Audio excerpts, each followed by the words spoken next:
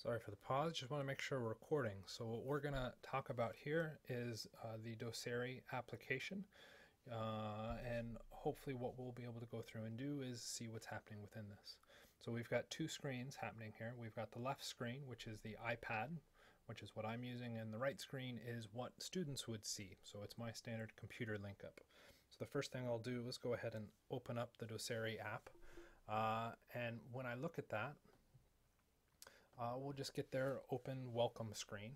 And what I want to do is connect this to a computer. So I'll select the through a computer. If we look at the computer screen, you'll notice the QR code. Because of Chandler Gilbert's Wi-Fi settings, the IP address, I think it's due to the Wi-Fi settings, constantly changes. So what we'll have to go through and do is always use the camera feature, which is in the lower left-hand corner. I'll be able to point to things later, I just can't now. And I push that little camera icon, and that happened awfully quickly, so let me try that again. What will end up happening is I'll get my camera feature from the iPad, and I can line that up with the QR code on the computer. That will transfer the information across. I now have the iPad connected to the computer. And so it looks a little bit doubled here because, well, it is. Except that on the iPad, I can zoom in and I can go through and actually select things on the iPad that I'm not doing on the computer, which you'll have to take my word for it, like ventriloquism on the radio. But I'm not, I promise. So one of the things I can go through and do is now start the slideshow. And I'll give you a second, whoops, because I'm zoomed in, you can't see it on that. Give you a second to go through and read this, just because I think it's interesting, and I'll write down my contact information.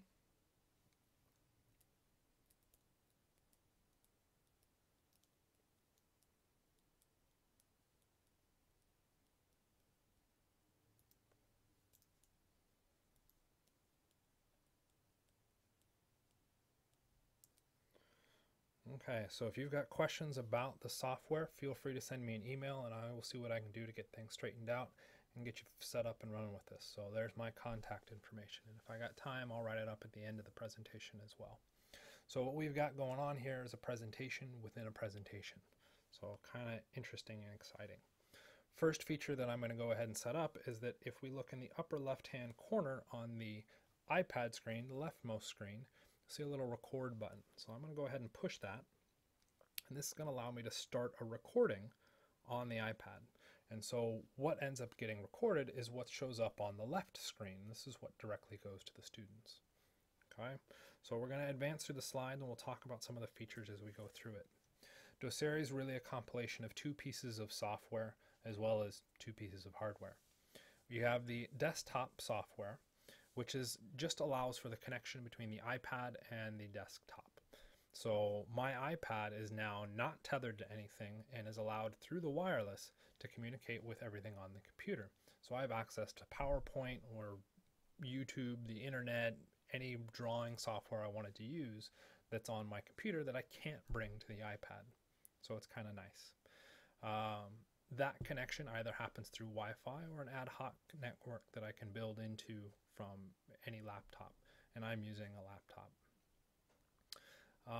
And really the feature that makes this awesome is that it turns the computer into a mobile whiteboard, or makes my iPad a mobile whiteboard with access to all of the computer software. So what I just went through and did was tapped the upper left hand corner. There's that little drawing icon. If I tap it again, you'll notice the screen changes, and I now can't draw. Okay, but if I go through and tap it again, I now have drawing ability, and I can draw a little arrow pointing to it again. So I have this ability to draw over the top of my PowerPoint slides at any point in the classroom. So I don't have to be at a drawing station. I can be anywhere I want. So it's kind of neat. We just showed the recording template. Other little features, we'll go through the top of the available screens. So erase that for the moment. Our first feature here is a background. So I can go through and now change my background to say a whiteboard, because I have all this technology, might as well use a whiteboard anyway.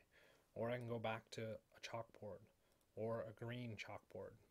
add that kind of nuanced effect of the old school classroom. We got all sorts of graph paper, which did not mean to select. But the other thing that I found even more things. Other things I thought were interesting is we could pull up different maps. So we got a map of Europe. We could do different features of geology or geography. So I can adjust, and if I want someone to take a look at, say, Spain, I can go through and highlight that so that now the student's attention is drawn to the map of Spain. Okay, so we can get some kind of pinpoint information, and I can now add that information over the top. You'll notice also that the screen for the iPad is moving around a lot while the screen for the students is not. Okay, this is probably a good thing because at least me, I tend to shift things around a lot as kind of a nervous tick. It would be kind of tedious for students if they had to deal with this as well. And it's also very helpful to move it around, because if I tried to write Spain over the top of this, I end up writing it pretty big and a little sloppy. But if I zoom in,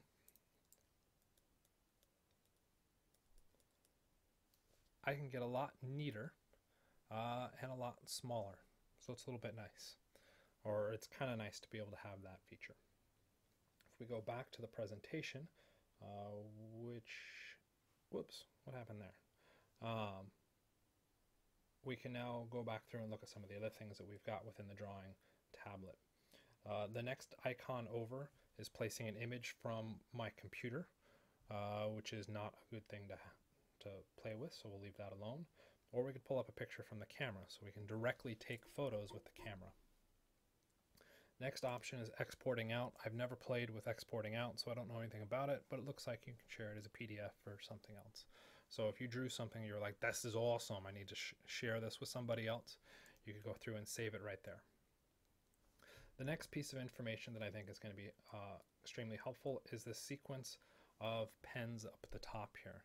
That first one is a black pen, the next one red, blue, purple, orange, so on. Okay, so that's kind of nice. I've set it up in this way because these are all changeable, because these are the only pens that I would use. I picked colors that I know show up on our projector, so I don't have to worry about any kind of color mismatches. But if I wanted to change the colors on the fly, if I double tap on an icon, I can get a big color wheel, and I can change the pixel size as well as spacing and all sorts of other weird things like that. Again, I use it primarily as a pen, so I focus only on the pen aspect. The very last thing in that sequence is an eraser, so I can go through and partially erase what I've drawn over the top. But you notice if I take it over the top of my PowerPoint slides, I can't erase that. Did just figure out that what I can do, though, is I can write over my PowerPoint slide with a white pen. My white pen is now an eraser. So I can go through and say, instead of saying it makes the iPad a mobile computer, I want to say it makes the iPad super useful. So it's now edited, and I can make those adjustments on the fly. And by zooming in, again, I get that better resolution than if I was zoomed out. Okay, so kind of neat feature. You can bring in shapes if you wanted, circles and squares. Those are again under the pen icons. You've got those options for circles, squares, and arrows. After that, we have a redo button and an undo button. So if I undo, I can undo my arrows and each of those letters, or I can redo them. And if for some reason I decide that whatever I've got drawn there, I don't want any of it, that last button then is an erase all strokes. Clears everything away. Okay. The last two buttons I don't use very frequently. We've got a settings feature and the close out of the connection to the computer feature. So typically not good to mess with those unless you are really trying to close out of the system. You can do some stuff in the settings that can be useful, but for the most part I don't use it. As far as the hardware goes, you just need a computer and a tablet. It may have to be an iPad. I keep forgetting to look that up for you guys. The computer does not have to be a laptop. That has been my choice because I do everything on Macs and I want that Mac connectivity, and all of our rooms use PCs, and so running PowerPoint on Mac versus PCs can be a mess. Okay, So for what I use it for, I go through and set up my PowerPoint presentations, add to them live during the class so that students can kind of work their way through problems as opposed to just seeing the answers magically pop up. I record all my lectures. Everything that I say or do in class, even the mistakes, gets recorded and posted to YouTube for all of posterity to see how horrible I was. It happens, but hey, it's nice. If students miss class, they can then go into YouTube, watch the whole class on YouTube, and it's as if they didn't miss anything. I could also record things ahead of time, which is kind of a nice feature. So kind of what I'm doing here, I can sit in the comfort of my own office and I can record a pre-lecture. And I could say in it, the magic word for today's lecture is going to be elephants. I can't spell elephants. It's going to be peas. Okay, and then when I start class, I could say what was the magic word. Since it doesn't show up in the slides, I had to write it over the top. Only students that sat through up to 11 minutes would now have access to the magic word. Kind of a useful feature. All of the lectures go ahead and get posted to YouTube via the CGC ChemMic username. So feel free to go ahead and take a look at that. All of the lectures I've ever done at Chandler Gilbert are recorded and posted to that site. My biggest thing about this is there's no more stand and deliver. I'm not the center of attention at the front of the classroom. I'm all over the place, which means if you're playing on your computer, I'll see it even while I'm lecturing. So it's kind of a neat feature. I am running a little bit short on the 15-minute time window, so it's going to be a bit difficult to go through and show you an example here. But if I wanted to ask the interactions between these molecules, which of these two options was the stronger one, well, students might have a little bit of problem with that. So we could stepwise and go through and say, well, we're looking at the chlorine versus the hydrogen versus the oxygen. Well, what do we know about each of those characteristics? Well, maybe something about that solid line means something about what that chlorine, that oxygen, or that hydrogen are doing. That's going to come down to bonds. How do we find out information about bonds? Well, we need information about electronegativity. And this is where the iPad comes in handy, because no student's going to memorize the electronegativities. Heck, I haven't done it.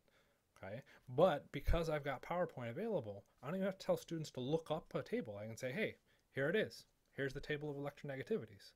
Start to draw some conclusions about information. Well, they could go through and I could say, well, hey, we got sodium on this table, and have them find sodium. It might be difficult for them to see.